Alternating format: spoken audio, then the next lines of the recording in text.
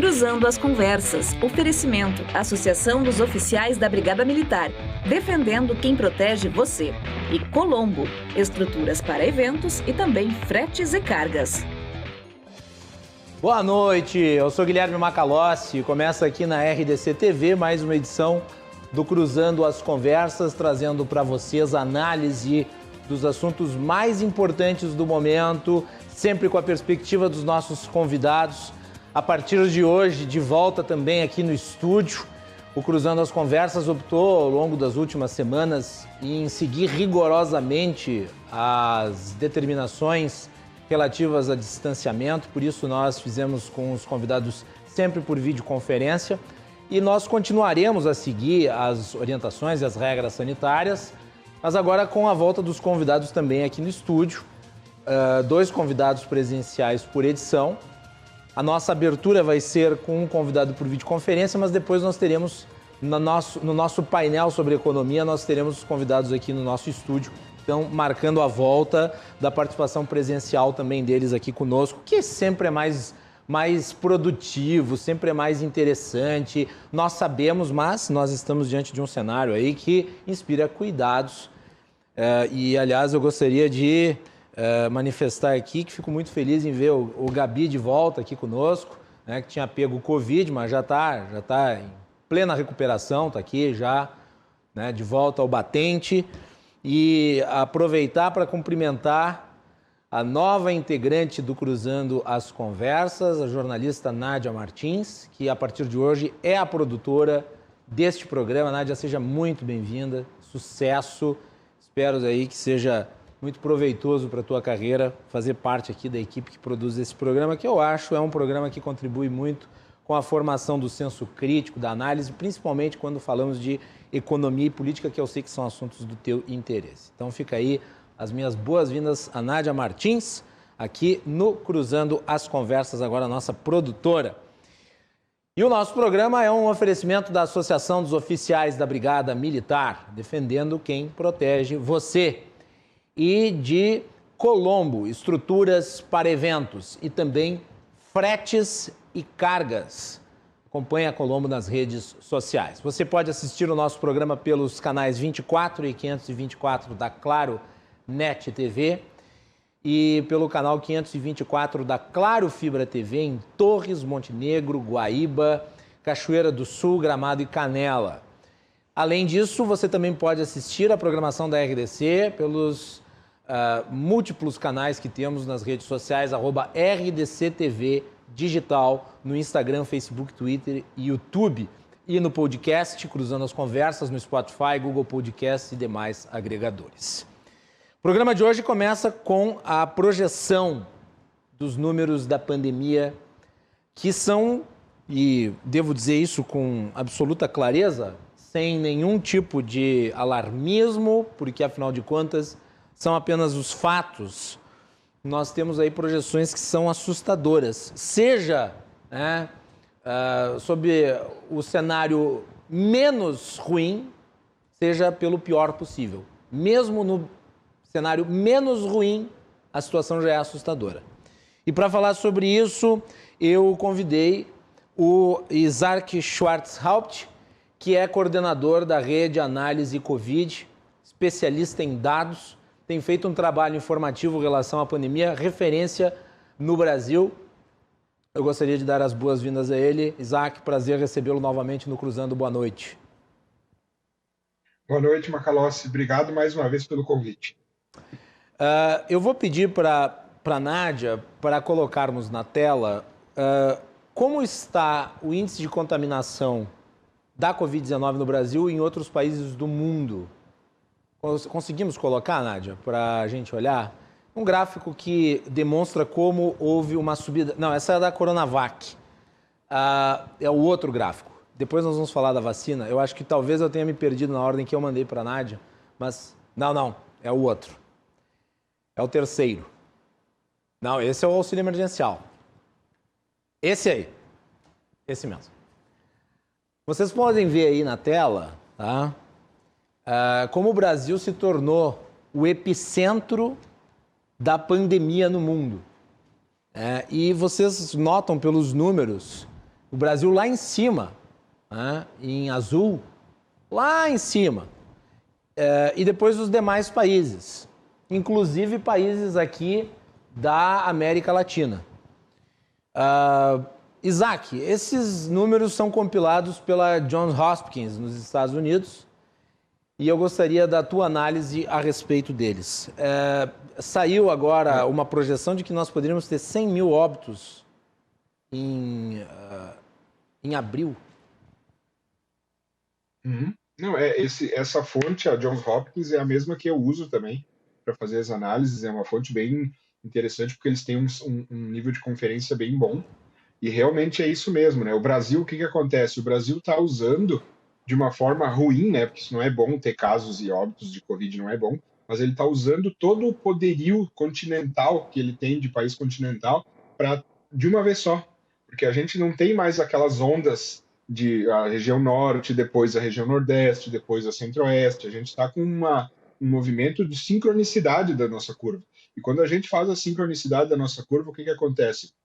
Isso gera um número muito elevado.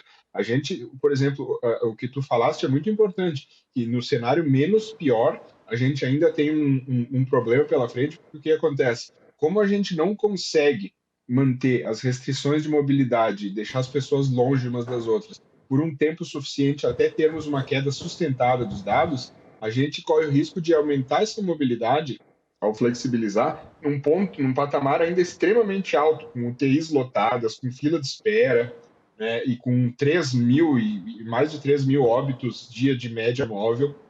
O que acontece? Se a gente começa a botar mais doentes e mais pessoas transmitindo a doença, aumentando a mobilidade nesse cenário, a gente corre o risco de criar um platô similar ao que aconteceu em 2020, que a gente lembra que a gente teve um platô de quase 70 dias, até um pouco mais de 70 dias, de 1.000 óbitos diários. Lembra? Todo dia era 1.000 óbitos, 1.000 e pouco, 1.000 e pouquinho. Era sempre aquele platô. A gente corre o risco de fazer isso com 3.000 óbitos diários agora, por causa que é o país inteiro que está, né, gerando essa quantidade absurda de casos. Isso num cenário mais tranquilo de que a gente não gere uma nova exponencial. Pois como a gente está arrumando para outono e inverno, a gente pode sim gerar uma nova curva exponencial em cima disso e ir para números ainda maiores.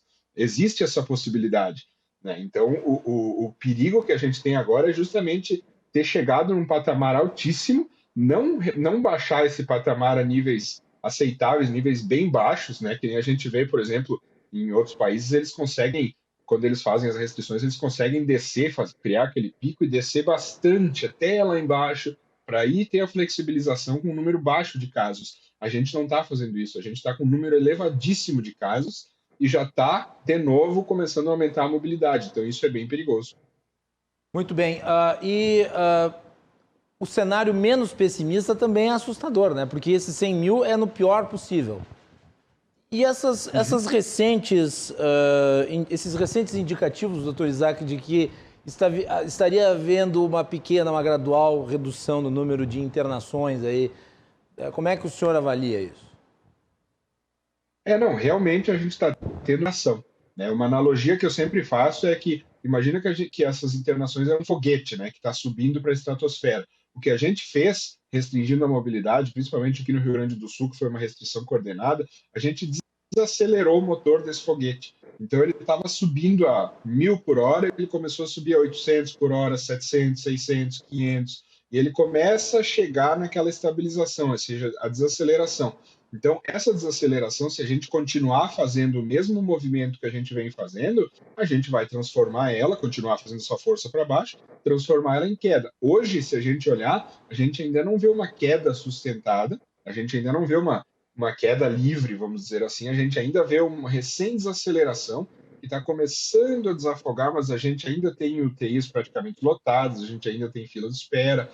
Então, isso não é ainda uma queda sustentada, mas sim, esse dado é um dado animador, é um dado que realmente mostra que a gente parou de acelerar, a gente parou com aquela loucura que a gente estava tendo. Isso, Rio Grande do Sul, a Bahia também estava numa situação horrível, fez isso, São Paulo também, né? Então, a gente tem estados que dão um número grande de casos para o país e eles conseguiram fazer isso. Agora, justamente vem o que fazer daqui para frente. O que nós vamos fazer? Para que caminho nós vamos tomar? Eu, inclusive, fiz uma postagem essa semana dizendo que a gente chegou nessa trifurcação, vamos assim dizer, que a gente vai decidir se a gente continua forçando a mobilidade para baixo e continua puxando essa queda, se a gente para de acelerar e também para de desacelerar e fica num platô horrível, altíssimo, ou se a gente estoura de vez, né, e cria uma nova exponencial, principalmente rumando para outono e inverno, que são épocas onde nós temos comportamentos mais propícios à transmissão de doenças respiratórias como essa, né?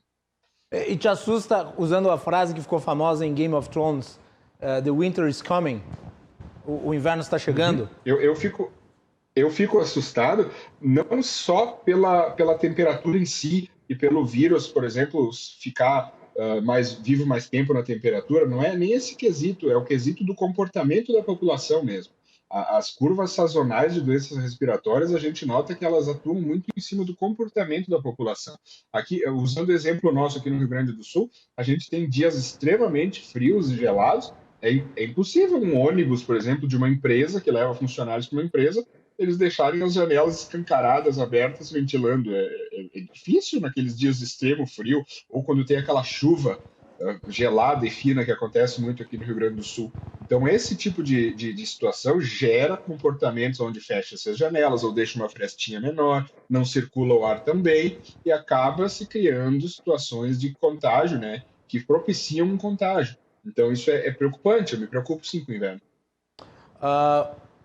Eu lembro do ano passado, quando se falava que nós estávamos no inverno e que sempre tínhamos alto índice de ocupação nas UTIs. Pois agora nós estamos saindo do verão com recorde superior, inclusive, ao ano passado no inverno, porque, afinal de contas, a lotação está ocorrendo sobre um número de vagas ampliadas. Acho que dá para dizer com bastante clareza que não tem nada a ver, o Covid não tem nada a ver com temperatura, né? Não, com certeza. O que a gente nota, assim, ele trilhou aquele caminho daquela curva sazonal e ele parecia que estava querendo seguir aquele caminho. Só que tem alguns fatores que são fatores confundidores, que a gente chama. Por exemplo, a curva sazonal no Brasil começa no final de fevereiro e início de março. A doença, a Covid-19, começou em março, mas não porque ela já existia, não. Ela deu a ocasião de ela começar em março junto com a curva sazonal. Outra coisa, ela começou a cair, começou a ter uma queda em agosto, ali, né, julho, agosto, setembro, também de acordo com o que acontece com a curva sazonal, o que também levou algumas pessoas a pensarem, ela é uma doença que segue. Só que assim que a gente aumentou a mobilidade, porque o brasileiro ele se refugiou em casa, a gente nota isso nos gráficos de mobilidade, ainda em março de 2020, e começou a subir essa mobilidade de forma bem devagar, bem gradual. E a partir do início de setembro de 2020 é que ele meio que, dá para notar que o brasileiro, como população, meio que deu uma cansada e a mobilidade começou a aumentar muito mais. Assim que o brasileiro botou mais suscetíveis em rota, né, com o vírus ali na hora que teria que ser a queda daquela curva sazonal, o que aconteceu? A doença destravou, saiu dos trilhos, ignorou a curva de temperatura, ignorou a curva sazonal, e começou a ter um aumento de novo.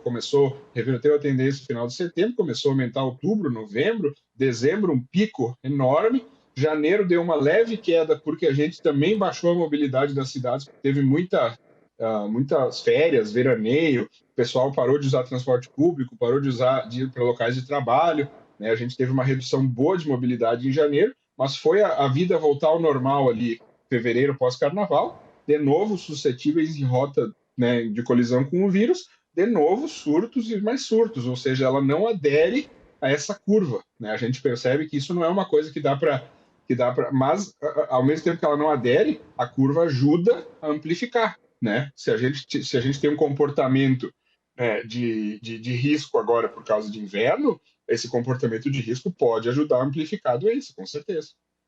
Isaac, o Dimas Covas também falou sobre os números relativos à mortandade, aí que podemos, tu mencionasse, né? Podemos chegar a 5 mil óbitos por dia. Eu, esses dias, questionava quanto tempo será que nós vamos levar para jogar esse patamar para baixo de 1.000 por dia?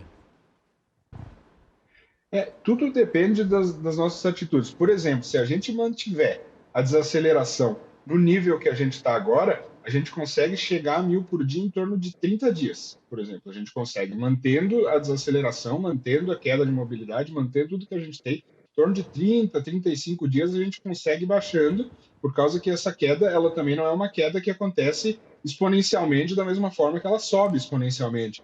Os doentes não vão curando de forma exponencial, né? Ao mesmo tempo que eles vão se contaminando de forma exponencial. Então a queda ela é mais lenta do que a subida. Se tivesse uma subida exponencial em 30 dias, seria um aumento muito maior do que essa queda que a gente está falando, de uma média móvel de torno de 3.000 para em torno de 1.000, né, por dia, com uma desaceleração forte. Mas tem uma coisa que me preocupa, é porque a gente já está aumentando a mobilidade de novo. Né? Nós estamos já, se a gente analisar a mobilidade, a gente já, aqui no Rio Grande do Sul, por exemplo, a partir do dia 22, 23 de março, a gente já começou a botar mais mobilidade. E mobilidade a gente sabe que tem uma correlação forte com novos contágios. Então é uma coisa que me preocupa bastante, sabe? Eu não enxergo, hoje, analisando os dados, uma continuidade dessa desaceleração por tanto tempo se a gente continuar botando mais mobilidade. A gente está botando aos poucos, até está botando aos poucos. Não foi uma abertura assim, abriu tudo, sabe? Tirou o freio e tirou, né, destampou e soltou tudo. Não, foi uma mobilidade que foi aumentada aos poucos, mas mesmo assim ela está sendo feita num patamar ainda muito elevado com muitos doentes. Né? Então é bem complexo essa situação. Ô, Isaac, vamos falar um pouco sobre vacinas. Hoje a principal vacina que está sendo utilizada no Brasil é a Coronavac. Né? E nós temos aí os números. Eu vou pedir para a Nádia colocar na tela o primeiro gráfico das vacinas, que é o comparativo da Coronavac com a Covid Shield. Na proporção das duas, como a Coronavac ela é muito maior do que a da Covid Shield. Bota aí para nós na tela. Na tela também para o público poder ver. Tá aí, então, vocês podem notar aí, o gráfico foi elaborado pelo Thomas Conte, que também é um grande divulgador científico aí da Covid-19, e a fonte é microdados de vacinação do SUS via Brasil. A Coronavac hoje é responsável pela maior parte das imunizações. São 14,7 milhões de brasileiros imunizados, enquanto a Covishield é responsável por 3,7 milhões de imunizações. Vamos pegar o segundo gráfico, Nádia? O segundo gráfico ali mostra a média da utilização da Coronavac dia a dia. Né? Também foi publicado pelo Thomas Conte. Vejam aí então, né? Essa é a importância, o percentual de vacinas Coronavac aplicadas por dia. Ó, veja, ali na metragem de 100 a 0%, a Coronavac ela é padrão, a vacina mais aplicada na média diária, até os dados mais recentes que foram compilados aí pelo Thomas Conte, que está fazendo um trabalho extraordinário, devo dizer, um dos melhores aí na divulgação científica. Eu gostaria da tua avaliação, Isaac. Por que a Covishield não está sendo produzida na mesma proporção que se imaginava? Essa é uma dúvida, inclusive, que vários de nós vêm cobrando e vêm pedindo e querendo entender o que está acontecendo, porque a gente percebe que a Fiocruz, né, que é quem fabrica a Covishield aqui no Brasil, ela vem reduzindo, né, essa expectativa de entrega. Ela vem dizendo, nós vamos entregar 3 milhões de doses até o final do mês. Aí depois ela revisa para 1,5 milhão. Ela revisa, só que não há um motivo, claro, nós não sabemos assim, não, foi um problema na fábrica, ou não veio o IFA, né, que é o insumo aquele de fabricação, que é o que a gente precisa ainda importar, né, para que possa criar a vacina, formular ela ali e vazar ela aqui no Brasil, porque o Brasil ainda não produz ela 100% aqui. Ele ainda depende da importação desse insumo, que com esse insumo ele junta com os outros ingredientes, monta ali, vaza e daí entrega para os estados poderem imunizar. A gente não sabe se é problema na importação desse IFA, se é alguma coisa específica na fabricação ainda que não fez um ramp-up, porque existe um processo de fabricação, né? Isso para qualquer fábrica que a gente chama que é o ramp-up, que é uma rampa mesmo, que a produção ela não começa assim, tu não produz nada e daí está produzindo 10 milhões. Não, tu começa a produzir de leve, vai vendo se está tudo certo, vai conferindo, até que tu vai fazendo o ramp-up. A gente não sabe, por exemplo, não tem informações do ramp-up de como está a fábrica da da Fiocruz. Então, mas o que a gente sabe é que tem menos doses do que a gente deveria já estar recebendo. E por isso, ela com certeza causa esse efeito, né, que a Nádia mostrou na tela dos gráficos do Tomás, né, que eu realmente concordo que ele é um dos melhores, mesmo, ele faz um trabalho sim, maravilhoso de divulgação, mostrando que se não fosse Coronavac, nós teríamos, em vez de 17, 18 milhões, nós teríamos 4 milhões, né, de doses aplicadas, ou seja, muito, muito menos ainda de um número que já é pequeno, de um número que já é baixo, né? Sim. Tem a Coronavac, hoje mais de 70% das imunizações do Brasil são feitas através da Coronavac, né? Uma vacina que encontrou dificuldades, inclusive, para ser inclusa no Plano Nacional de Imunização, né, Isaac? A gente nota né, que teve uma mudança, né? A gente percebe que essa vacina ela não era muito vista pelo Plano Nacional de Imunização, não era uma vacina muito... E agora a gente percebe que é graças a ela que a gente está conseguindo imunizar a grande parte, né? Que a gente disseste, mais de 70% das nossas pessoas aqui no Brasil. O que denota, né, a capacidade do Instituto Butantan relativa ao estado de São Paulo, né, Isaac? Porque se o estado de São Paulo estivesse sendo apenas ele atendido pela Coronavac, a essa altura do campeonato, a maior parte dos paulistas e dos paulistanos já estariam imunizados. Eu acho que São Paulo, daí, no proporcional em relação ao mundo, seria o 5º em vacinação no mundo. Com certeza, isso, né? Com certeza. Eles fizeram um trabalho absurdo, assim, gigantesco de produção. E ainda bem, né? Porque isso ajuda o Brasil todo a conseguir imunizar, porque a gente precisa imunizar o quanto antes e o mais rápido possível, na maior quantidade possível. Principalmente, né, Macalós, porque o fato de que a gente está com uma incidência alta de doença. Então, a gente está vacinando as pessoas numa situação onde tem muitos doentes, tem muito vírus, né? A gente, então, quanto mais vírus, quanto mais incidência a gente tem, mais a gente precisa vacinar e logo para poder baixar, porque é como se fosse um cabo de guerra. Não tem só a força da vacina, é a força da vacina e a força da doença e do vírus se transmitindo. Então, essa força gera, inclusive, um novo desafio para as pessoas imunizadas, porque as pessoas imunizadas elas estão convivendo num ambiente, né, onde tem muitas pessoas infectadas, onde tem uma chance maior delas se infectarem. Então, o que acontece? Quando a gente tem uma chance, por exemplo, assim, o vacinado, o não vacinado tem uma chance X, né? O vacinado tem uma chance 80% menor, 78% menor de pegar doença grave no caso da Coronavac, vamos dar um exemplo. Né? É bem menor a chance. Só que se a gente aumenta a chance do não vacinado, a gente também aumenta a chance do vacinado um pouquinho. Né? Ela vai sempre ser 78% menor, mas ela vai aumentar junto. Então, a gente tem que aumentar também o esforço de vacinação. E com relação à última pergunta, Isaac, o nosso tempo já está indo para o fim, mas dessa sua participação, de outras muitas que se seguirão com certeza, como é que tu faz a projeção em relação à chegada das outras vacinas, como, por exemplo, a da Pfizer, a da Moderna, que tiveram contratos assinados só recentemente? Da Moderna ainda não, né? Mas da Pfizer e da Johnson Johnson. É possível contar com essas vacinas, pelo menos para o segundo semestre? Olha, baseado no histórico, a gente fica sempre com um pé atrás, porque a gente percebe que todas as promessas, vamos dizer assim, praticamente nenhuma teve a sua promessa 100% cumprida no prazo certo, sempre teve algum probleminha, algum problema de atraso de IFA, de atraso de contrato, sabe, são problemas. Então, o que acontece? Todas as promessas que a gente faz, se a gente usar o histórico como base, a gente já fica com o pé atrás e diz, não, olha, não vou contar com elas na quantidade e na data que estão dizendo, baseado no que eles vêm me contando. Mas a gente sempre espera que isso seja resolvido, que isso melhore, né? E que isso crie uma situação positiva a nosso favor e não a gente ficar sempre assim, o governo nunca entregou, então não vai entregar no prazo mesmo. É o que a gente sente, é o que inclusive a gestão de riscos recomenda analisar. Se tu olhar o histórico e tu percebe que a gente tem um histórico de atrasos ou de problemas, a gente, pela gestão de risco, a gente já conta com esses riscos e problemas até que a gente tenha uma certeza de que isso foi melhorado, de que isso foi ajustado pelo governo. Então, e por que, eu torço para que elas cheguem, né? Eu tinha falado que era a última pergunta, mas vou fazer mais uma. Por que, Isaac, essa contínua queda nas projeções de vacinas que serão entregues?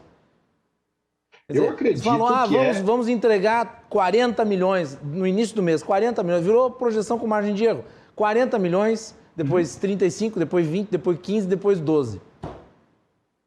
O que me parece, Macalós, porque isso é uma coisa assim, eu não tenho acesso, não sei quais são os problemas. É por causa do IFA, tem que ser importado, é por isso? Pode ser importação de IFA, pode ser, porque nem eu te expliquei, problema de fabricação, sabe? Problema na própria fábrica mesmo, alguma coisa, algum problema de maquinário, algum problema de treinamento. Pode ser N problemas, mas uma coisa que eu vejo que isso fica bastante claro para nós é que há uma descoordenação central. A gente não... Só o fato da gente ter que ficar na dúvida sobre o que está acontecendo, que a gente está agora aqui, já mostra que a gente tem uma descoordenação. A gente não tem uma transparência 100% perfeita de como está, o que está acontecendo, onde é que está o IFA. Agora, essa questão da Covishield, que tu mesmo trouxeste muito bem, é uma coisa que a gente fica na dúvida. O que está acontecendo? O que houve? Por que não está chegando essa vacina? Ela é problema de fabricação? É problema de IFA? Isso é uma informação que não está à disposição para nós, assim, que a gente consegue tê-la de forma fácil. A gente vem cobrando publicamente, mas cobrando como tu, né? Nós cobramos lá, Fiocruz, e aí? O que está acontecendo? Mas a gente não tem esse dado. Então, essa falta de coordenação atrapalha para a gente justamente entender o que está acontecendo com essa projeção. Muito bem, Isaac Schwarzhaupt, que é coordenador da Rede Análise Covid, especialista em dados e que agora tem participado de vários programas aí no Brasil, CNN, Globo News, tem nos dado o prazer de sua participação também aqui no Cruzando as Conversas. Fico muito feliz, obrigado, Isaac. Espero que tu possas participar aqui, talvez para falar do inverso, né? Projeção de vacinas e diminuição no número de casos. Não tem sido a tônica, mas espero que em breve isso aconteça. A tua última palavra. Não, obrigado, Macalossi. É isso mesmo. Eu queria agradecer muito a disponibilidade. Conta comigo sempre que precisar.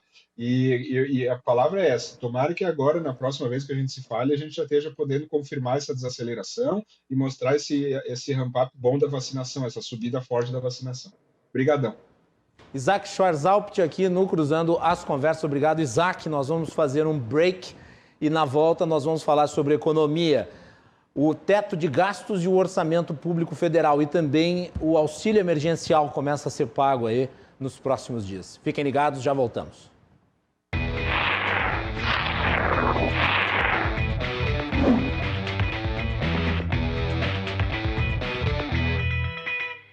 Estamos de volta aqui na RDC com o Cruzando as Conversas. O nosso programa vai ao ar de segunda a sexta, às 22 horas. Sempre trazendo as informações do momento, os assuntos em análise. No primeiro bloco, o especialista em dados da Rede Análise Covid, Isaac Schwarzhaupt, falou sobre a projeção dos números da pandemia em abril e também a vacinação que prossegue em um ritmo muito devagar no nosso país. Você confere essa entrevista na íntegra, junto com o restante do programa nas nossas redes sociais. O Cruzando as Conversas é um oferecimento da Associação dos Oficiais da Brigada Militar, defendendo quem protege você, e também de Colombo, estruturas para eventos e agora também fretes e cargas.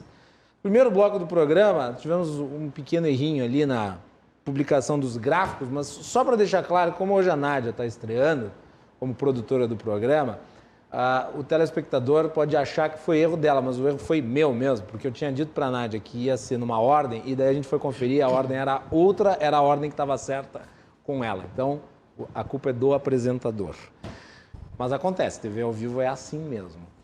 Muito bem, o nosso programa você acompanha pelos canais 24 e 524 da Claro Net TV, também pelo canal 524 da Claro Fibra TV e pelas redes sociais. Nesse segundo bloco, nós vamos falar sobre a economia brasileira. Nós temos o orçamento que está em discussão no Congresso Nacional e também temos aí o auxílio emergencial que começa a ser pago, R$ 250, a depender, eu acho, do custo da família. Bom, depois nós vamos falar especificamente sobre isso.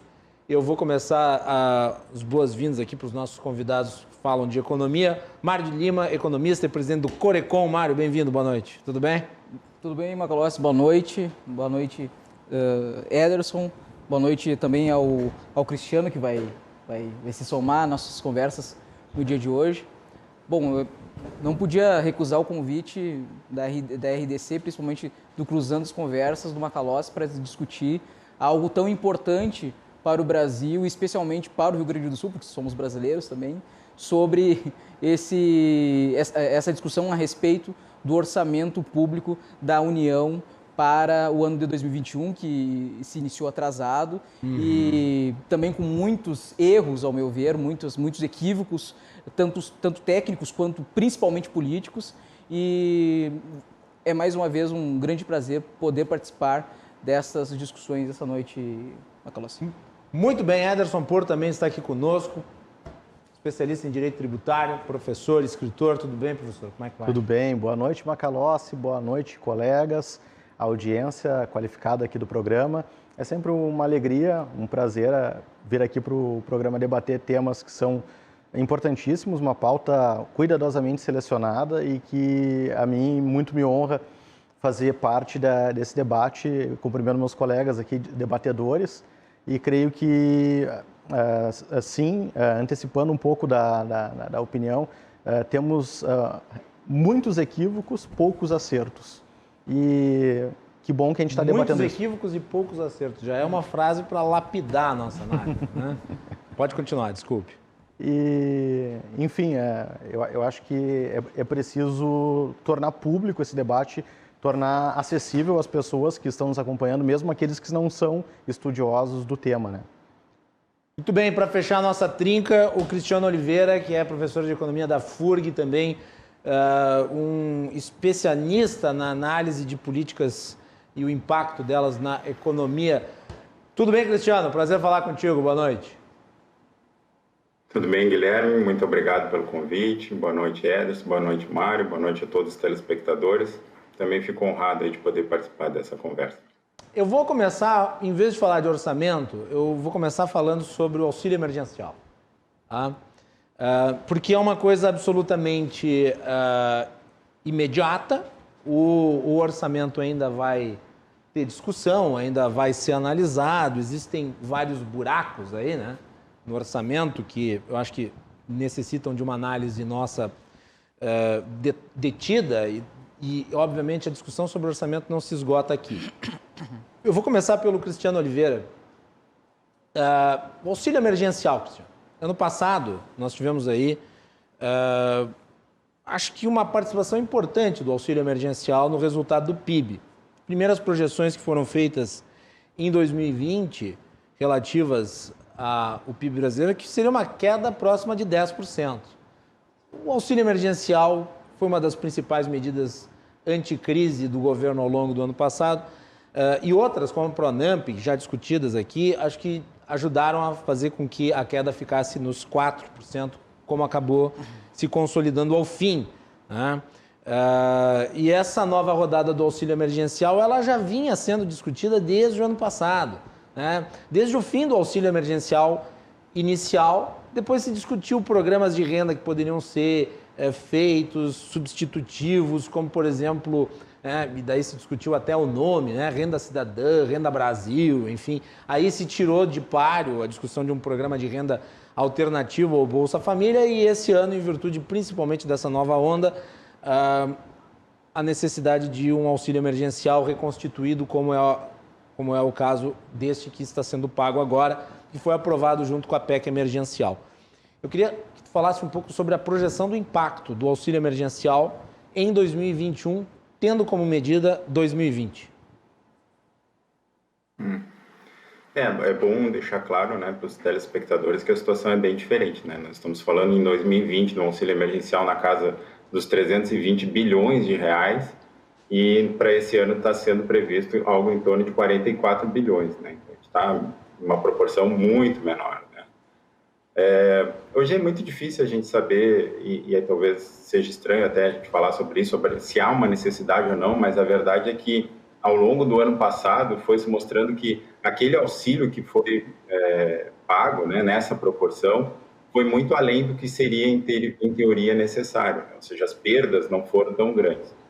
E com relação especificamente a esse ano, que a gente projeta ainda, porque a gente não tem ideia ainda das perdas, né? O que vinha acontecendo nos dados, né? Principalmente quando a gente olhava as PNADs, é que as perdas vinham diminuindo, né, mês a mês, e isso pelo menos aconteceu até fevereiro, mas aí nós tivemos essa nova onda, né, de contaminações e por consequência de fechamentos, e a gente está um pouco às cegas, né, a gente não sabe ainda o impacto que isso vai ter na renda, né, dos trabalhadores neste período, né. O que talvez se imagine é que não vai ser tão grande como no ano passado, porque no ano passado realmente não era só a questão do fechamento, tinha uma questão comportamental também, muitos consumidores deixaram de consumir, né? Então isso impactou muito a economia em vários setores, né? E agora não, agora as pessoas, bem ou mal, já sabem lidar um pouco melhor com a pandemia, em termos, vamos dizer, de decisões econômicas, né? Ela não vai acabar, enfim, que a gente vai sobreviver, a maior parte das pessoas, então muda, né, o comportamento e aí o impacto se torna menor. E o auxílio necessariamente também acabou sendo menor. Muito bem. Mário de Lima. A situação da economia brasileira é dramática, né? A pandemia conseguiu criar efeitos na economia, principalmente do lado da demanda, e hoje a gente começa a observar esses efeitos já do lado da oferta, impactando, obviamente, num processo inflacionário em que o Brasil não só está tendo um crescimento nos preços, como também está tendo uma estagnação na economia. Então, a emenda constitucional 109 de 2021, ela que traz o auxílio emergencial, juntamente com diversas travas no que diz respeito ao descontrole fiscal. Porém, nós vemos lá dentro da emenda constitucional 109 de 2021 a definição ou a exigência de que os governos comecem a realizar avaliação e análise das políticas públicas e, ao mesmo tempo, o Congresso consegue retirar recursos que o IBGE, o Instituto Brasileiro de Geografia e Estatística, precisaria para realizar o censo brasileiro, que já, além de estar atrasado, que era para ter acontecido no ano que vem, provavelmente não vai acontecer agora porque não terão recursos orçamentários. Então me digam, né, pergunto para as pessoas, para os técnicos, para os colegas economistas, como o governo brasileiro irá realizar análise de políticas públicas no Brasil sem dados estatísticos? Como os governos irão, tanto municipais, estaduais e principalmente o governo federal, irá realizar políticas públicas, irá estabelecer de uma forma realista tanto a lei de diretrizes orçamentárias quanto a lei orçamentária anual, sem dados estatísticos. E, ao mesmo tempo, o governo promete para os militares um reajuste salariais, um montante que chega a 7,1 bilhões de reais em época de pandemia.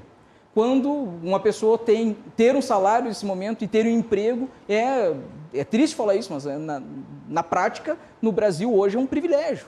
Então, como nós temos então uma emenda constitucional que passa um auxílio emergencial cada vez menor, obviamente, porque o governo chegou a 90% de endividamento público, podemos ainda estourar nesse ano não só o teto dos gastos, como também romper com a regra de ouro. Então, nós estamos passando por um momento muito dramático na situação brasileira e algumas corporações, o Brasil, historicamente, é um país formado por corporações, ainda não compreenderam a gravidade dos problemas que o Brasil está enfrentando. E vamos lembrar que no ano de 2021, nós não temos a calamidade pública, né? Que foi a condição para que houvesse o auxílio emergencial da forma como se deu, com o pagamento das parcelas de R$600 e depois, posteriormente, de R$300. Esse ano tem lei de responsabilidade fiscal, né? Exatamente. E daí o drama, que depois nós vamos falar, né? O drama relativo ao teto de gastos e o orçamento. Pode continuar, Mário, depois do Ederson. Então, são esses enfrentamentos que o Brasil precisa compreender, porque nós temos diversos problemas nas finanças públicas do Brasil. Ao mesmo tempo, nós temos algumas corporações que não compreenderam ainda a gravidade da situação das finanças brasileiras e muito menos estão fora da realidade da situação de muitas famílias brasileiras que vão ter que sobreviver com R$250. Então, o Brasil passa por um processo muito complicado nas suas finanças públicas, com endividamento que chega a 90% do PIB, podendo, obviamente, romper a regra de ouro, que nada mais é que uma regra que proíbe que a administração pública realize endividamento para realizar gastos com despesas correntes, né, com gastos da manutenção da máquina pública.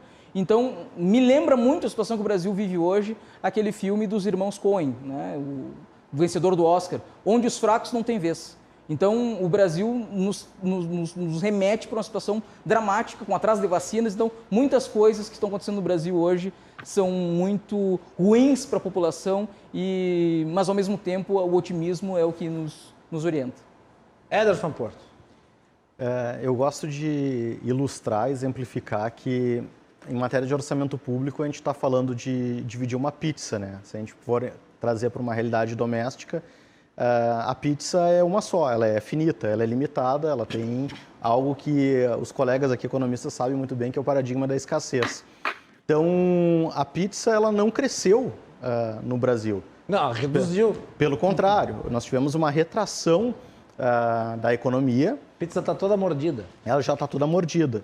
Mas a fome de alguns, e que o colega Mário aqui falava sobre alguns setores que são famintos e têm a capacidade e a prioridade, que não se sabe por quê, de pegar o pedaço primeiro, esses setores já abocanharam e a pizza cada vez ela fica menor. Então, o que o Estado brasileiro, enquanto provedor dessa pizza, pode fazer? Botar mais pizza no forno, se endividar para fornecer mais pizzas. Então, nessa metáfora que eu trago aqui para ilustrar e tentar tornar isso mais lúdico e didático para quem nos assiste, nós não temos mais recursos. O Estado brasileiro se endividou num patamar tão elevado no último ano, que todos esperam ansiosamente para ver qual é o comportamento do gráfico. Para quem assiste e quiser acompanhar, vai no site do Tesouro Nacional para ver a trajetória do resultado primário brasileiro.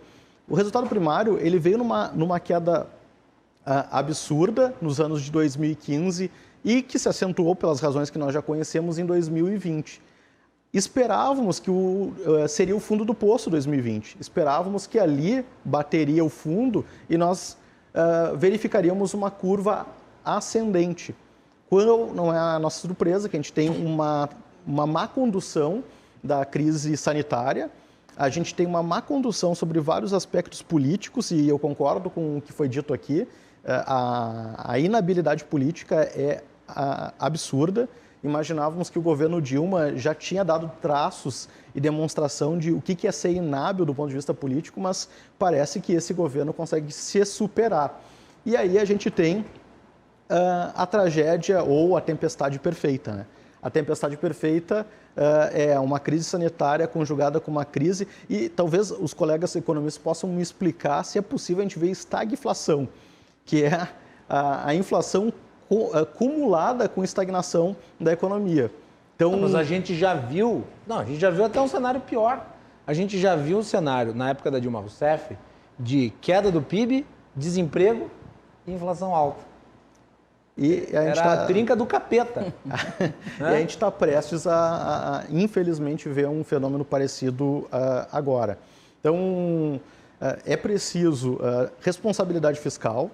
Eu acho que isso é uma sinalização importantíssima para a comunidade internacional, para o Brasil, para o cenário internacional, mas também para o cenário interno. Muitos tomadores de decisão, e eu me refiro aqui a empresas, cidadãos comuns, o que eles vão fazer? Eles vão conseguir abrir o negócio, eles vão conseguir projetar a sua vida para daqui a alguns meses, sem essa projeção clara, sem essa sinalização clara de quem é responsável por dá-la, por fornecê-la, que é o instrumento fundamental, que é o orçamento. A gente está em abril, é inacreditável, a gente está em abril discutindo o orçamento de 2021. Sim, é uma coisa inacreditável. Inacreditável isso. Em qualquer país sério, civilizado, seria inconcebível. E ainda, agora... Já caminhando para metade do ano, nós não temos orçamento para o ano. Não tem orçamento para o ano. E a discussão do momento agora é saber quem foi que gerou o problema,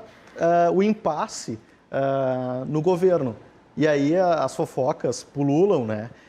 Alguns atribuem ao Roma o quebra-teto, o rompe-teto, outros dizem que foi inabilidade do presidente, outros dizem que foi a condução política, mas o fato é que a gente não tem certeza sobre questões muito básicas, como são as despesas obrigatórias. E essas foram maquiadas no orçamento que foi apresentado, e daí agora o impasse, a dificuldade do governo em como conduzir. Se vai fazer veto parcial, veto total, e esse veto pode vir a ser derrubado, nós estamos diante de um cenário muito delicado, muito preocupante. Aliás, é importante destacar, né, já que foi falado sobre a questão envolvendo o valor do auxílio emergencial, 44 bilhões, e foi aprovado junto com a reforma, com a PEC emergencial, né? O que me surpreendeu ali é que o texto que passou no Congresso foi muito ruim, o texto da PEC emergencial. O texto da PEC emergencial, os gatilhos simplesmente foram abandonados, né? Os gatilhos vão ser acionados mais adiante, quando chegar a 95%. Nós não chegaremos a 95% nos próximos anos. Nos próximos 2 anos, nós não chegaremos a 95%. Mas o efeito danoso de você não ter os gatilhos agora vai ser contabilizado e logo. O texto é muito fraco, né, Mário? Tecnicamente, claro, é difícil julgar, obviamente, que os técnicos levaram o melhor texto possível. O problema é que... Isso foi da política. Exatamente. Ali, né? O que o Congresso Nacional colaborou em 2020 para combater a pandemia, ele se atrapalhou totalmente agora nessa discussão da emenda constitucional 109 de 2020. Foi ali, os entraves, eles são totalmente estranhos. Ao mesmo tempo, o governo, ele estabelece algo positivo quando ele leva lá no seu artigo 5º, por exemplo, da emenda constitucional, que traz a desvinculação de receita dos fundos dos subnacionais, dos estados, da própria União e dos municípios, possibilitando então que esses recursos vinculados possam ser utilizados para o financiamento da dívida pública, por exemplo, para a amortização da dívida pública. No caso da ausência de dívida pública, essa amortização passaria então, esses recursos dos fundos passariam então para que os municípios e os estados utilizassem para livre destinação. Mas, de qualquer forma, os freios para um ajuste fiscal ainda durante a pandemia, muitos economistas mais à esquerda, mais estruturalistas vão dizer que agora não é momento de discutir o endividamento, agora não é momento de resolver o problema do atual nível de gastos públicos e tal. Não, mas como não? Nós estamos a 90% da dívida, a nossa dívida pública equivale a 90% do PIB hoje. Num possível rompimento da regra de ouro, esse nível de endividamento pode ficar cada vez maior. E aí, então, como nós vamos pagar essa conta? Então, a nossa situação é completamente difícil. Existiu, não sei, vou dizer que teve uma atrapalhação ali no Senado, entre os deputados, para se chegar nesse texto final, mas eu também, como que nós vamos discutir políticas públicas, como nós vamos resolver os problemas do orçamento público no que diz respeito à escolha de políticas públicas para atender a população, se nem dados estatísticos nós teremos a partir de 2021, sem o censo que nós realizamos de 10 em 10 anos, sem o censo populacional. Então nós não temos informação nem para resolver o problema. Então isso é muito, muito complicado para a situação brasileira, além no que diz respeito aos aspectos fiscais. Ô Cristiano, como é que numa situação dessas faz para estabelecer política, se você tem esses problemas com dados aí, como o Mário apontou aqui? Não tem como fazer projeção adequada? Como é que tu avalia isso? Especificamente sobre os dados, né, são de suma importância, né, o papel que o IBGE presta, né, agora, no longo da pandemia, foi lançada a PNAD Covid, né, e através dela que a gente teve condições de coletar informações e ter o acompanhamento da situação como vinha, né, real do que vinha acontecendo, né, muito se falou, por exemplo, como você disse, o PIB, a projeção era cair 10%, mas na real a gente não sabia, né? No início da pandemia ninguém tinha a menor ideia do que ia acontecer, né? Então, nesse sentido, é bastante importante. Mas eu já não sou tão otimista, meio que no chute, né, Cristiano? Avaliação. Desculpa, Guilherme. Foi meio que no chute, né? Vai cair 10%. Pois então, mas não, é justo, né? As pessoas tentam fazer as projeções, eu acho que faz todo sentido, mas a gente não tinha informações, né? A gente não tinha ideia de como seria lidar com uma pandemia, né? Até hoje a gente não sabe, né? Eu vejo muitas pessoas falando sobre as mais variadas relações, né? Entre, sei lá, contaminação, isolamento, e a gente sabe muito pouco, né? E na prática, né? Isso afetando a economia, a gente sabe menos ainda, né? Os impactos, a gente tem uma ideia do que pode acontecer, né? Mas, assim, tem algumas coisas que são certas, né? Uma delas é que a gente está hoje gastando um dinheiro que a gente não tem, né? Então, isso que está sendo projetado no orçamento é um dinheiro que não existe e que vai ser pago no futuro, ou com impostos no futuro, ou com inflação, né? Que é tributação sem legislação, que vai onerar justamente essas pessoas que hoje estão recebendo auxílio emergencial vão ser as maiores prejudicadas via imposto inflacionário. Aliás, desculpa, então, Cristiano, tu falou sobre inflação, a inflação não é nem no futuro, né? A inflação já é no presente, porque nós tivemos aí uma disparada nos preços, principalmente dos alimentos. Aqui a Nádia compilou algumas informações aqui.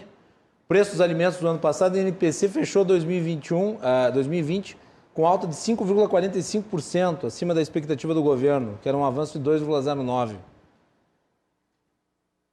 Exato. Na verdade, isso já é um efeito, né, não intencional do auxílio emergencial, né? Ele afeta justamente o consumo desse tipo de produto básico, né? Aumenta a demanda, problemas de oferta pelas mais variadas razões que ocorrem durante uma pandemia, há uma elevação dos preços. Além da questão da instabilidade que a própria pandemia gera, que gera um efeito sobre o dólar, né? E aí isso afeta os produtos que nós chamamos de trade-table, né? Todos os produtos que são negociados com o exterior, seja importados ou seja exportados, têm um efeito sobre os preços e isso afeta principalmente o índice geral, né? Que é o índice geral de preços, que pega preços preços do atacado. A Nádia preparou para nós também uma tabela aí com os números do auxílio emergencial. Vamos botar na tela? Então tá aí, a primeira fase do auxílio emergencial, 2020, foram 5 parcelas, R$600 normal, 1.200 para mães, né? Total de benefícios 56,7 bilhões. Depois o auxílio residual, até 5 parcelas, normal 300, 600 para mãe solteira, total de 68,2 bilhões.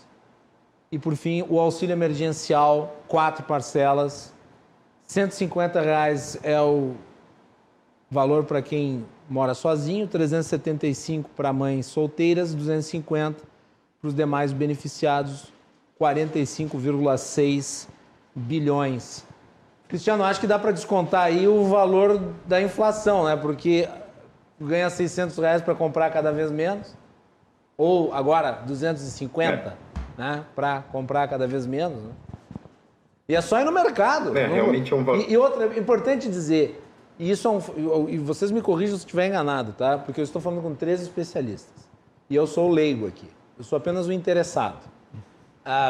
Mas o índice da inflação real é diferente do índice inflacionário que nós constatamos através da projeção que o governo faz, dos cálculos do governo. Porque o governo usa uma cesta de produtos, né? E não necessariamente aquilo que você consome está na cesta de produtos. Portanto, você pode encontrar uma inflação muito mais alta do que aquela média estabelecida pelo governo. Estou errado, Cristiano?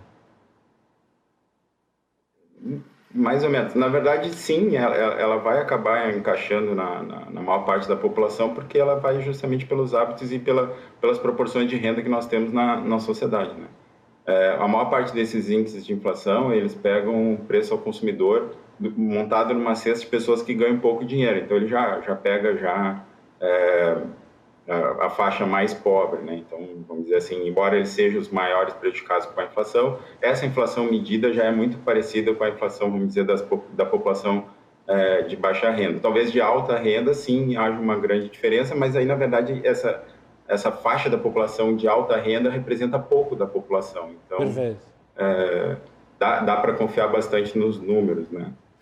Na média. Uma coisa que eu acho que vale a pena falar sobre o programa, né?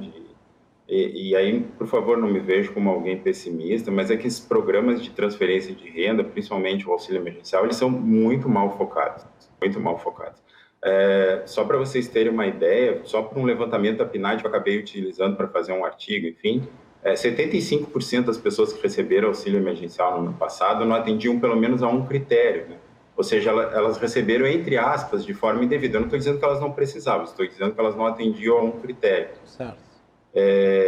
Então, esse é um problema do programa. Ele acaba, como você distribui dinheiro com critérios que são difíceis de ser identificados, a maior parte deles são declarados, você acaba dando muito recurso para quem não precisa e, ao mesmo tempo, muita gente que fica sem o recurso.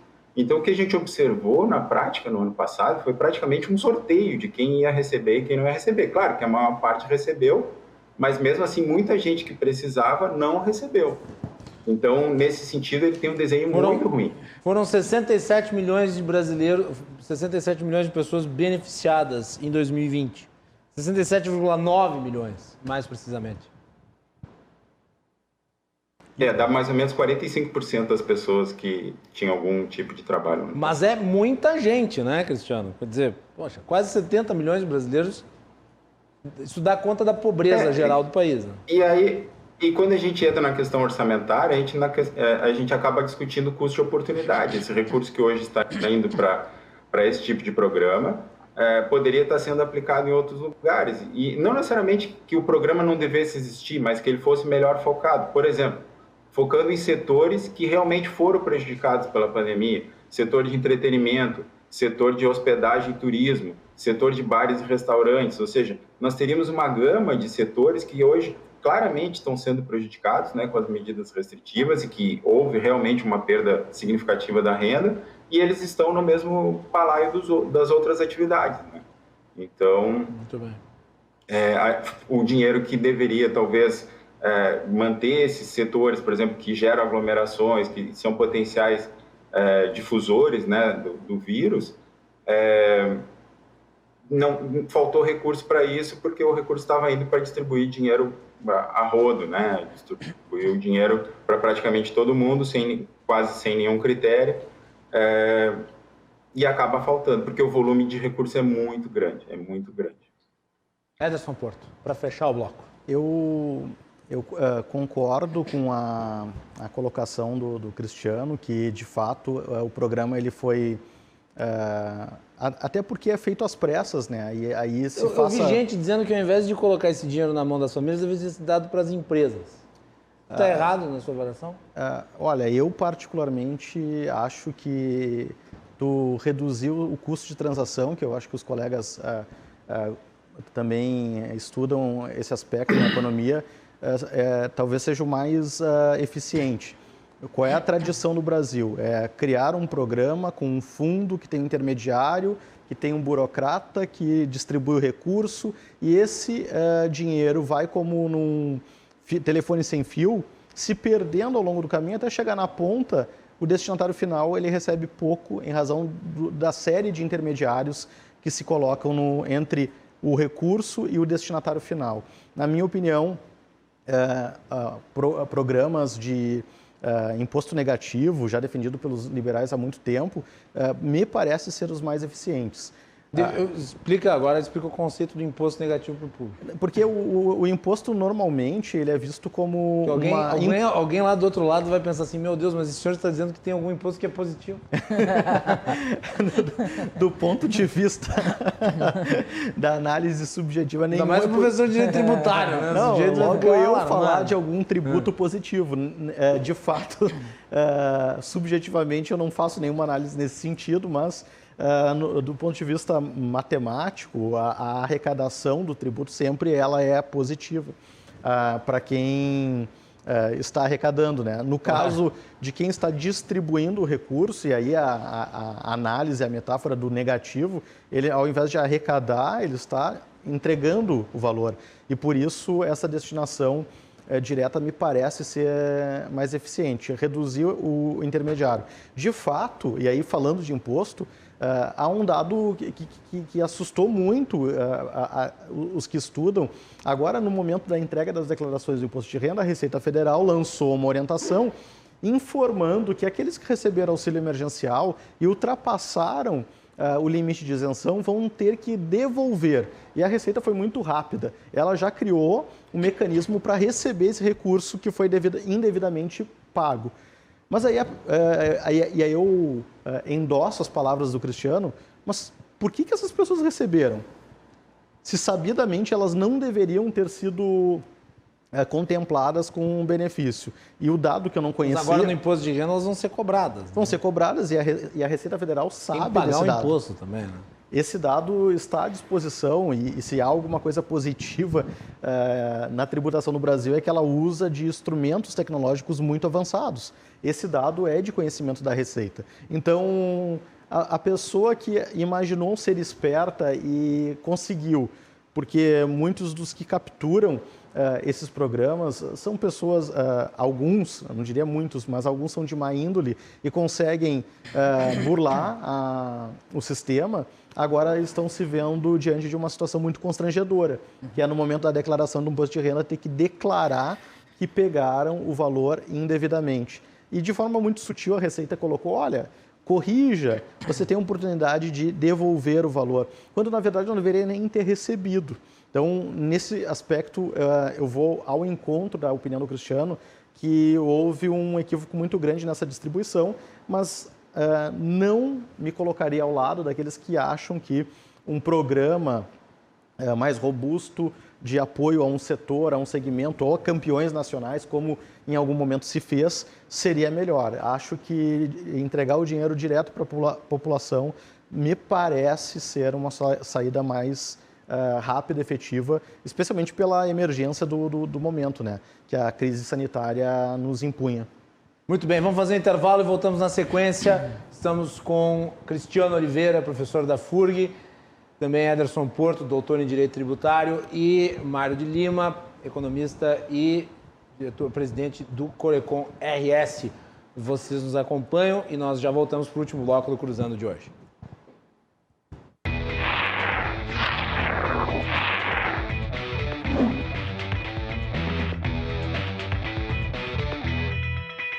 Muito bem, estamos de volta para o último bloco do Cruzando as Conversas de hoje. Lembrando que o nosso programa vai ao ar de segunda a sexta-feira aqui, trazendo sempre análise dos acontecimentos, a perspectiva dos assuntos do momento.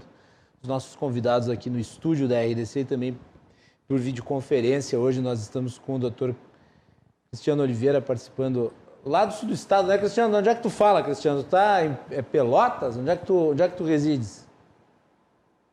Não, moro na Praia do Cassino, em Rio Grande. Mas vai perto, não é tão longe assim, né? A nossa conexão aí com o sul do Rio Grande do Sul, a área litorânea, o doutor Cristiano, que tem uma série de estudos interessantíssimos, inclusive sobre lockdown. Uma hora dessa o Cristiano vai participar do programa para falar sobre isso. E aqui na mesa conosco estão o doutor Ederson Porto, que é doutor em Direito Tributário, e também Mário de Lima, economista e presidente do Corecon do Rio Grande do Sul. O nosso programa é um oferecimento da Associação dos Oficiais da Brigada Militar, defendendo quem protege você.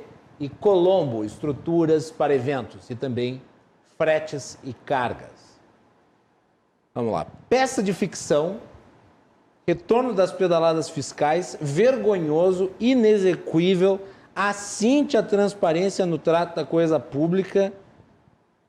Essas foram algumas das críticas feitas ao orçamento, que alguns estão dizendo furará o teto de gastos. Uma herança que foi muito positiva do governo Temer e que, em virtude de tudo isso que nós estamos vivendo desde o ano passado, vem sendo muito questionado. Inclusive, o ministro Paulo Guedes aponta dentro do governo os chamados furadores de teto, os ministros de fura-teto. E às vezes até me pergunto se o Paulo Guedes não é um fura-teto disfarçado de anti-fura-teto. Pois bem, vamos falar um pouquinho sobre isso nesse bloco final, porque eu acho que é importante, tem tudo a ver com a discussão anterior do auxílio emergencial. Mário de Lima, vai furar o teto, não vai furar o teto? Qual que é a tua avaliação? Bom, Macalossi, diante dessa configuração do Congresso Nacional, que adentrou ao governo federal. É bem possível que isso aconteça. Só para você ter uma ideia, aqui eu trouxe alguns números, o déficit previsto no orçamento é de 247 bilhões para o governo central. Então significa que o governo inicia 2021 em abril, né? Inicia por abril o seu governo no que diz respeito ao aspecto orçamentário e já inicia contingenciando quase 300 bilhões de reais, porque é a previsão do déficit. Ao mesmo tempo, o Brasil ainda tem um valor equivalente a 18 bilhões de reais que precisa bloquear, nesse caso, não contingenciar, cortar mesmo, para garantir que o teto não seja estourado. Então, significa dizer que é muito difícil que o Brasil consiga controlar um excesso de despesas que não, sem estourar o teto dos gastos.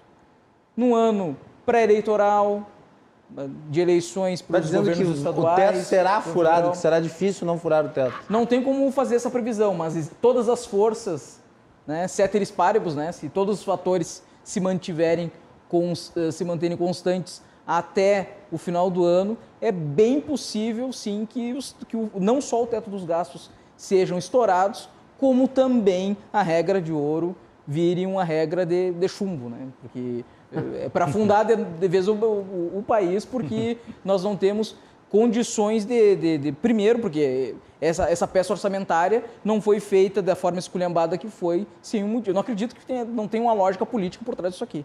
Né? Porque nós temos 300 milhões, se nós observarmos o nosso déficit, a previsão do déficit público para 2021, de um orçamento que começa em abril ou maio, né? Não se sabe, e ao mesmo tempo nós temos um teto de gastos que precisam ser cortados em torno de 18 bilhões. Né? Observando... Vai cortar da onde?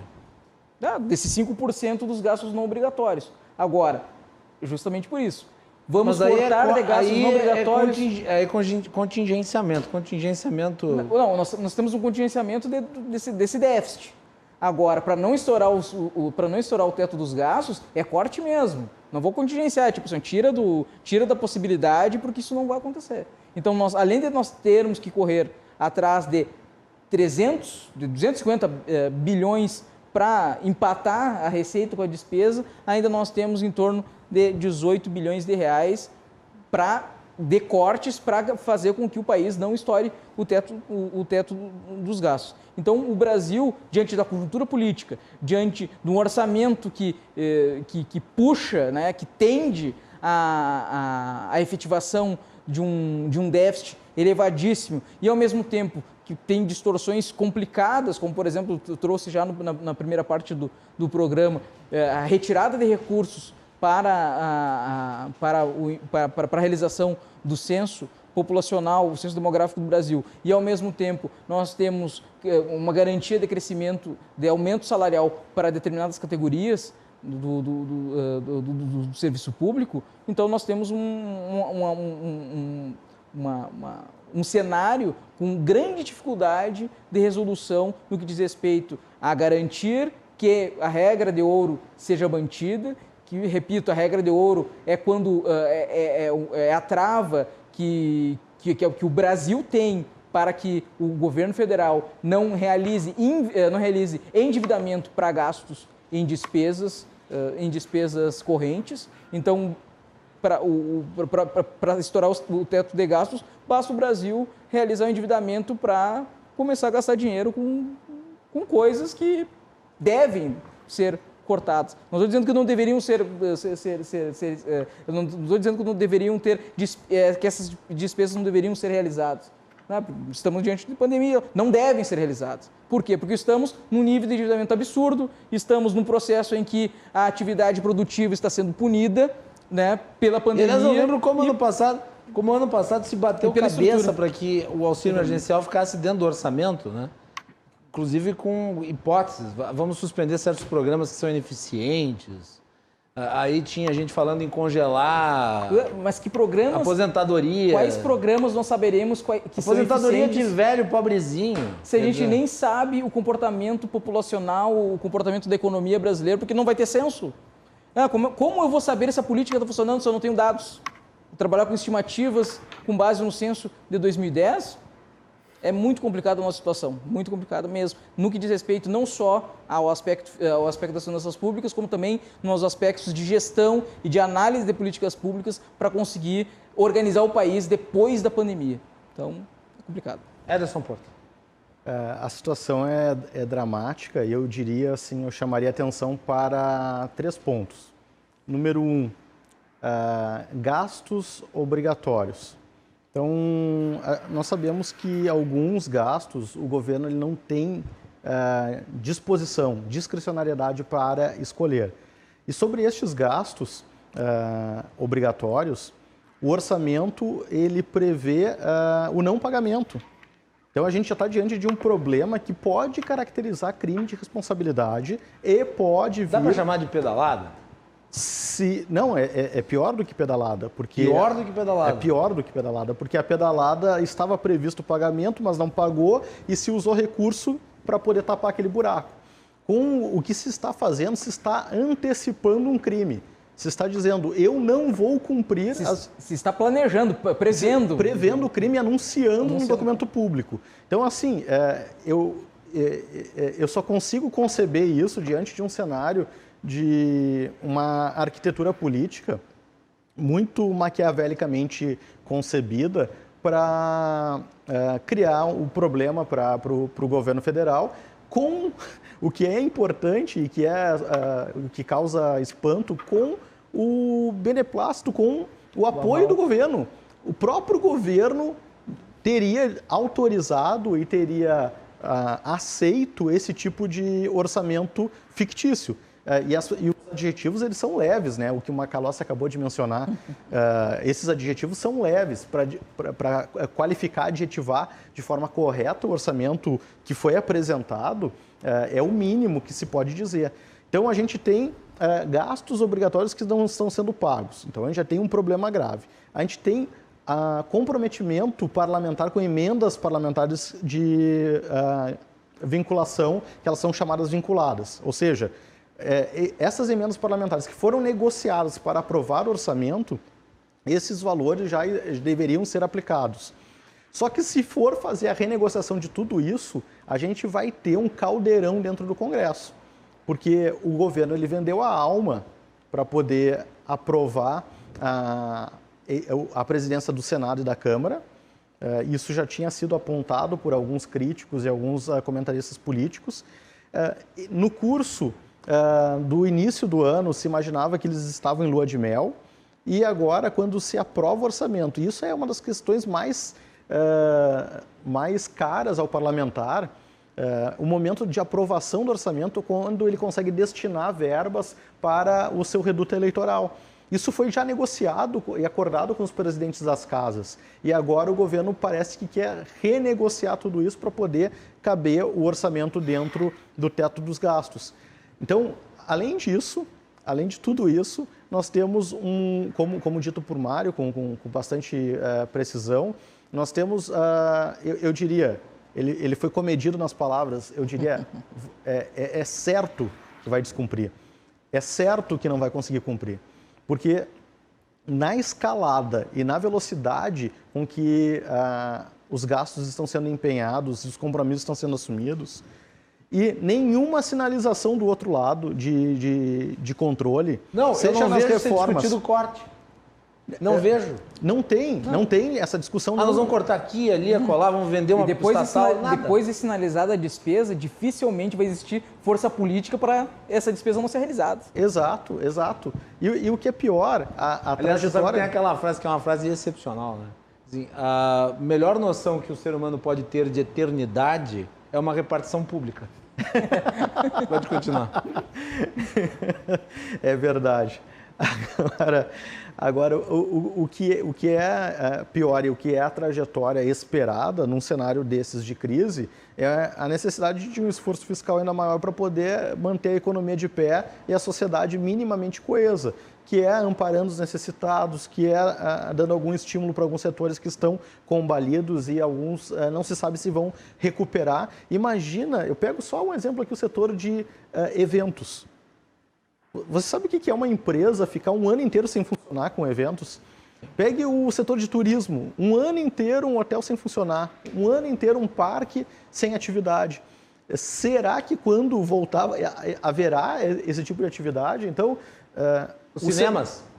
O cenário que se espera é o cenário de esforço, de apoio para o governo. Se essa é a expectativa para poder manter minimamente funcionando o tecido social, não acredito que seja cortando que a gente vá conseguir cumprir o orçamento. Então, a perspectiva, lamentavelmente, tenho que dizer que ela é muito assustadora. Ô Cristiano, o teto bateu no teto? Eu tenho uma opinião, talvez para complementar, né, o que foi dito, muito parecida com a do Gustavo Franco, né, que é a seguinte: quando o governo é responsável, ele não precisa de regra. E quando ele é irresponsável, a regra é indiferente. Moral da história, essas regras, seja a regra de ouro, seja a lei de responsabilidade fiscal, seja teto dos gastos, eu acredito que elas são muito pouco úteis. Elas até num curto prazo elas sinalizam alguma coisa para o mercado, mas no médio e longo prazo o que vale é a prática.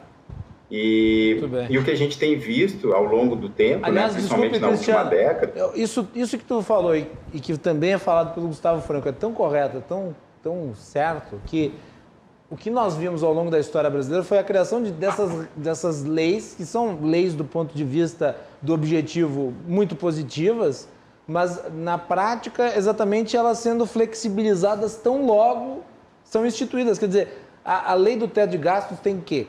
Nem 4 anos.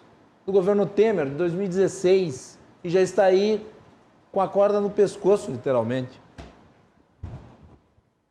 Eu pergunto para vocês se vocês conhecem alguém que tenha sido preso pela lei de responsabilidade fiscal. Não, eu só a Dilma Rousseff que foi empichada, mas vamos lá. Mas não específico. Sim. Ela foi empichada. Sim.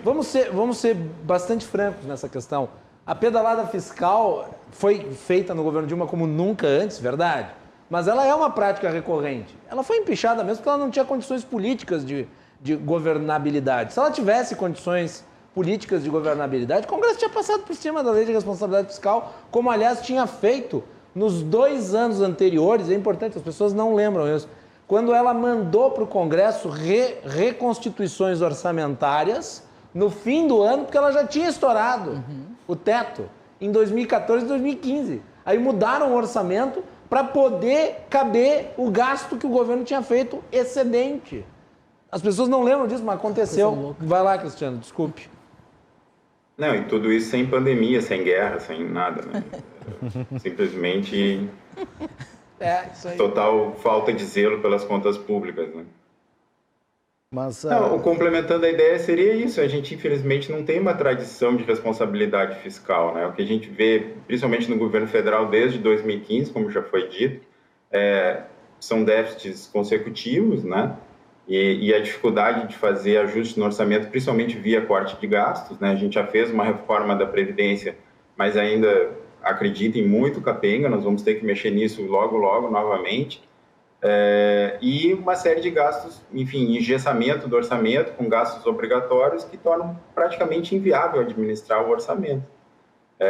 E aí, talvez, nesses momentos em que a gente precisa gastar um pouco mais, isso fique evidente, né? Que o orçamento não tem como ser administrado, e já que ele não tem como ser administrado, vem pressões políticas de todas as partes, né, de interesses que existem, né, a gente tem uma cultura consagrada, né, dentro da economia, que é o rent seeking, né, então esses grupos se aproveitam desse momento para conseguir extrair o máximo que pode, né. Hoje a gente está vendo o grupo dominante a questão dos militares, né, com um orçamento de defesa bastante vultuoso, inclusive prevendo aumentos, como já foi comentado, em detrimento de outras áreas do orçamento. E aí eu cito algumas que eu acho que são importantes, né, como o desenvolvimento regional e a questão da infraestrutura, que tem orçamentos bastante baixos, né, chega na casa dos 40 bilhões, ou seja, são valores próximos ao que hoje é pago de auxílio emergencial. Quando eu digo assim, mas tem fraude no auxílio emergencial, aí você diz, não, mas aí é 20%. Pega 20% desses 44, são 8.800. Isso é mais da metade do orçamento da infraestrutura. Então, tem toda uma questão de custo de oportunidade, de desenho, de gastar bem o dinheiro. E se a gente analisar o nosso histórico, a gente gasta muito mal. Né? E aí, até foi falado pelo Mário corretamente, a gente nem avalia as políticas. Né? Não é só desperdício, também é qualidade de gasto. Exato. E a gente não avalia as políticas, então a gente sai lançando política nova, plano tal, investimento nisso, naquilo, sem ter a menor ideia do retorno que isso tem, né, para a sociedade. Né? Então, por isso que, do ponto de vista do cidadão comum, o que a gente observa é isso, um gasto enorme, um orçamento descontrolado e pensando em termos de retorno para o cidadão, muito pequeno. Mário. Não, é complicado realmente.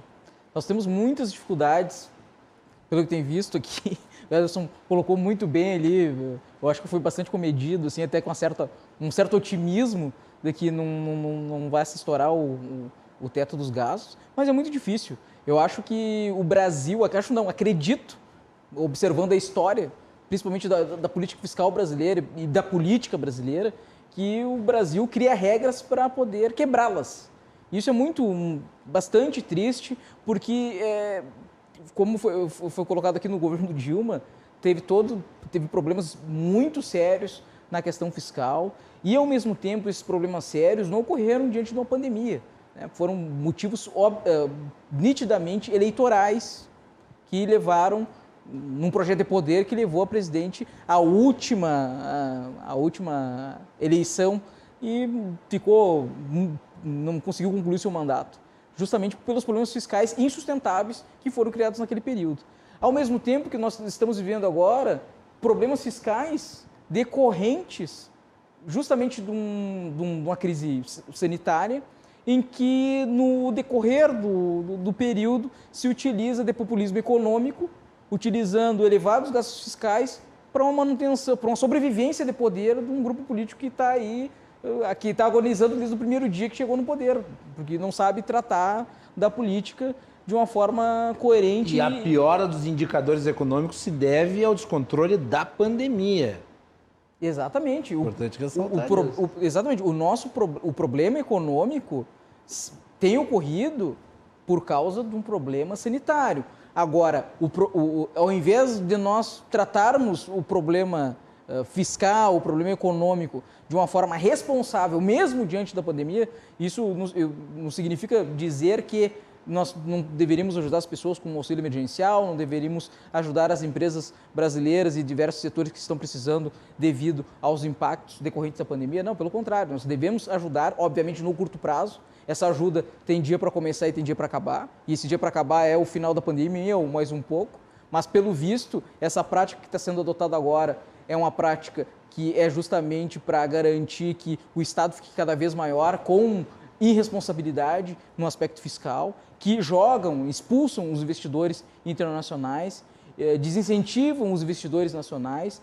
Então, aliás, não só desincentivam, como empobrecem os investidores nacionais, porque muitos empreendedores brasileiros, eles já gastaram, já queimaram a possibilidade por meio de manutenção dos seus empreendimentos por meio de autoendividamento, muitos já queimaram o seu patrimônio e não sei se vão sobreviver em alguns setores, como por exemplo eventos, hotelaria, cinemas. Muito difícil a situação, e quando surgem algumas soluções, são soluções que não são robustas o suficiente para garantir a manutenção dessa transição. Então, eu acho muito complicado esse momento e exige, sim, da população brasileira atenção e pressão sobre os nossos políticos para a garantia dos aspectos fiscais. Ô, Cristiano, tu acha que cortar as emendas parlamentares era uma boa? Eu acho que é politicamente inviável, né? Com certeza. São eles que votam o orçamento, né? É muito difícil lidar, né, com todos os interesses, como eu já havia falado, mas eu queria só comentar um ponto que tu levantou, que disse, o nosso problema econômico é a pandemia.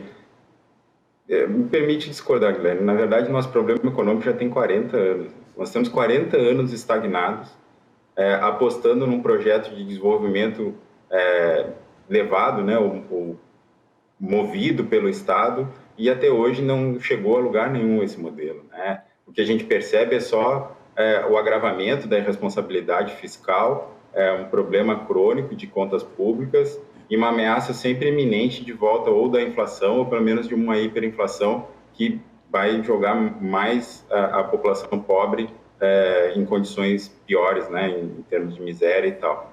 E eu acho que talvez o que tenha ficado muito claro ao longo da pandemia são esses problemas que a gente tem, que é o excesso de intervencionismo estatal, que não necessariamente é do governo federal ou do executivo, mas do judiciário, do legislativo, ou seja, a gente descobriu que agora um juiz de primeira instância legisla, o prefeito legisla, o governador legisla, ou seja, tudo sem consulta da população, de votos, e aí a gente acaba tendo, sei lá, 5 mil, 10 mil legisladores em todo o país, e aí se coloca então no lugar de quem vai investir, de quem vai abrir um negócio, de quem vai trazer um capital estrangeiro.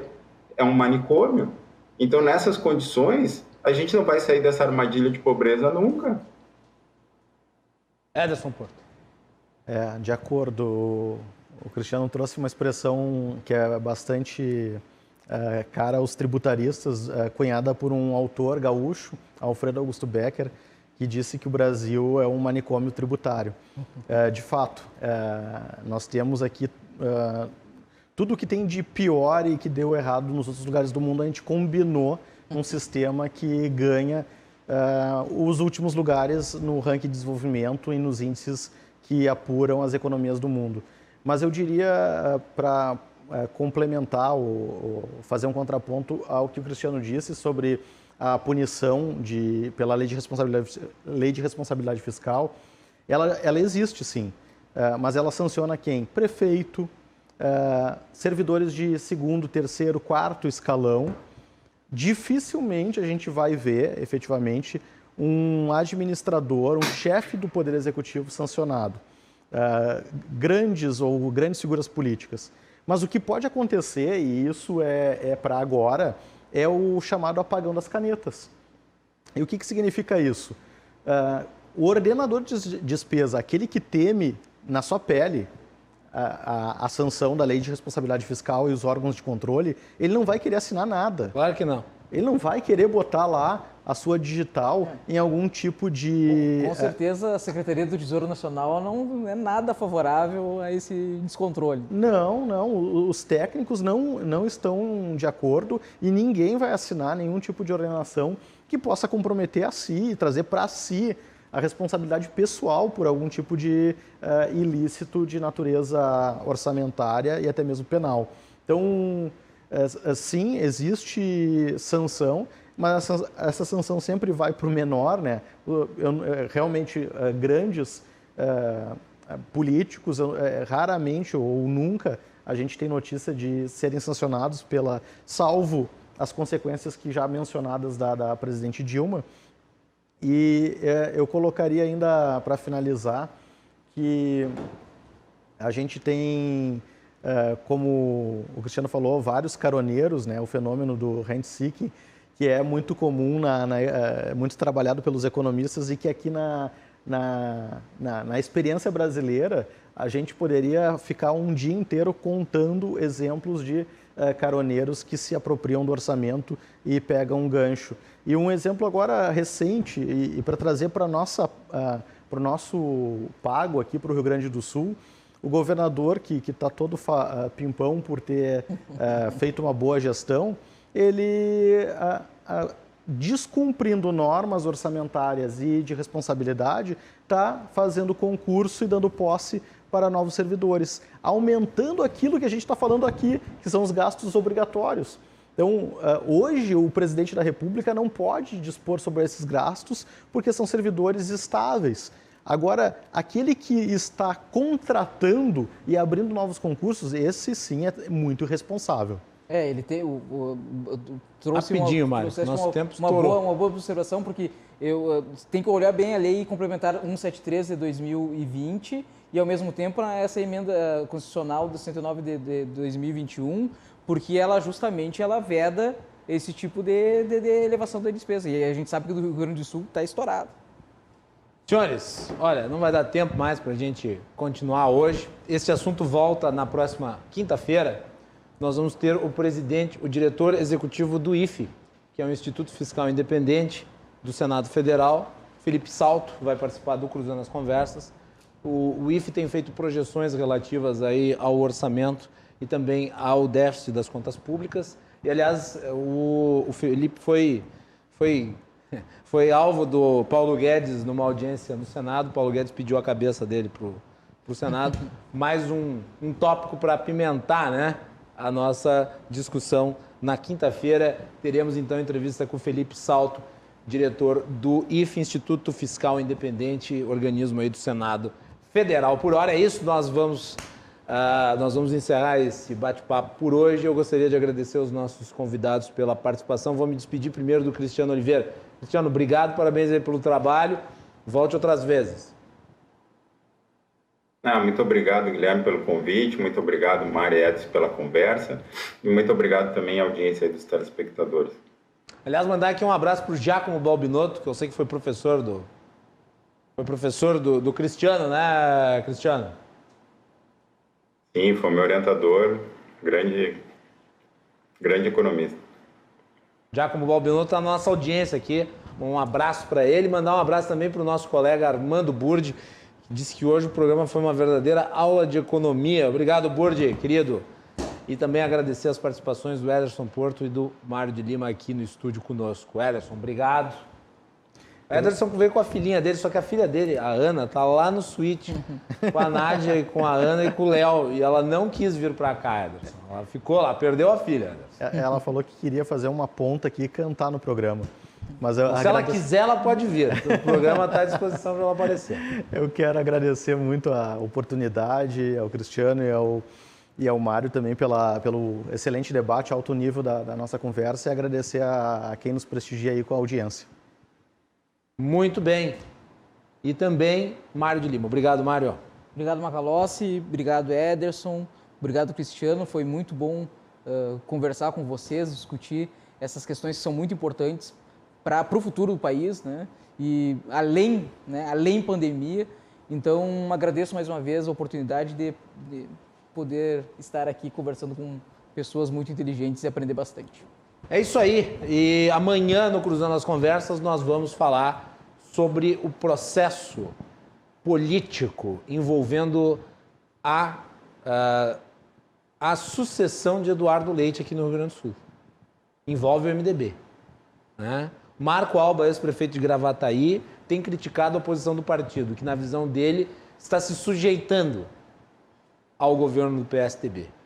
Marco Alba estará aqui no Cruzando as Conversas. E nós vamos ter também a participação do Jefferson Jacques, que é o diretor do Instituto Métodos, um dos mais importantes aqui do estado. Então fiquem ligados amanhã, às 22 horas, na RDC, ou Cruzando as Conversas, falando sobre política, sucessão no estado do Rio Grande do Sul. Fiquem ligados. Obrigado, Cristiano Oliveira. Obrigado, Ederson Porto. Obrigado, Mário de Lima. Uma boa noite a todos e até mais.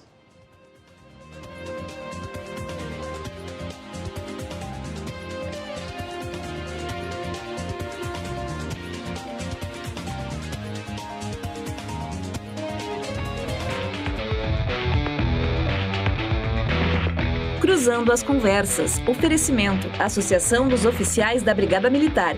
Defendendo quem protege você. E Colombo.